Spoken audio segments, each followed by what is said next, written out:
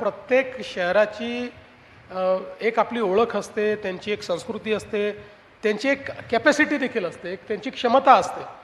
तसं हे कोल्हापूर खूप क्षमतावान शहर आहे आणि आपण जर बघितलं तर हा जिल्हा तसा जुना औद्योगिक जिल्हा आहे. कारण छत्रपती शाहू महाराजांमुळे त्या काळातल्या ज्या काही त्या काळातल्या नवीन गोष्टी होत्या, ज्या युरोपात होत्या किंवा इतर भागात होत्या, त्या सगळ्या गोष्टी या जिल्ह्यामध्ये पहिल्यांदा आणण्याचा प्रयत्न हा शाहू महाराजांनी केला होता. त्यामुळे एक मोठी परंपरा असलेला हा जिल्हा आहे. आणि हे जे कोल्हापूरचं शहर आहे, या शहराचेही मला असं वाटतं की निश्चितपणे काय आपले प्रश्न आहेतच, ते प्रश्न देखील आपल्याला पुढच्या काळामध्ये सोडवावे लागतील. पण यात प्रामुख्यानं जर आपण मला विचाराल तर आज या ठिकाणी ट्रॅफिकचे प्रश्न असतील, या ठिकाणी सांडपाण्याचे प्रश्न असतील, असे अनेक जे प्रश्न आहेत.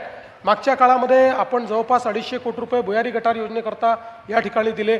सगळ्यात महत्त्वाचं म्हणजे कोल्हापूरकरांना मागच्या काळामध्ये कोल्हापूरचे रस्ते चांगले झाले किंवा कॉन्क्रीटचे झाले, पण त्या रस्त्यावर लागलेला जो टोल होता, तो टोल मात्र कोल्हापूरकरांना कुठेतरी टोचत होता.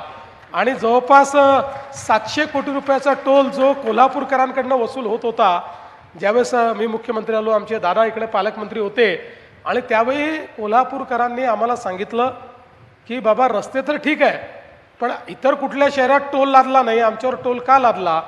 आणि महाराष्ट्रातला ऐतिहासिक असा निर्णय आम्ही केला आणि कोल्हापूरचा टोल पूर्ण रद्द केला आणि शासनाच्या वतीनं ते पैसे आपण त्या ठिकाणी दिले. त्यामुळे कोल्हापूरला एक नवीन चेहरा देण्याचा प्रयत्न आपण निश्चितपणे करतोय.